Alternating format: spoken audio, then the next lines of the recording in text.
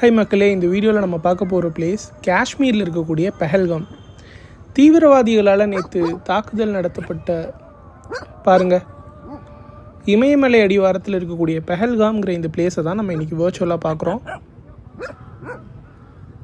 So Jammu காஷ்மீருக்கு போகிறவங்க அவங்களுடைய டூரிஸ்ட் டெஸ்டினேஷனில் வச்சுருக்கக்கூடிய ஒரு இம்பார்ட்டண்ட் லேண்ட்மார்க் இந்த பெஹல்காம். ஸோ இந்த பெஹல்காமுக்கு வந்த டூரிஸ்ட்டை தான் தீவிரவாதிகள் அவங்களுடைய பேர் என்ன அப்படின்னு கேட்டு கொலைவெறி தாக்குதல் நடத்தியிருக்கிறாங்க. இதில் கிட்டத்தட்ட 28 பேர் பலியான ஒரு நியூஸையும் நம்மளால் பார்க்க முடியுது.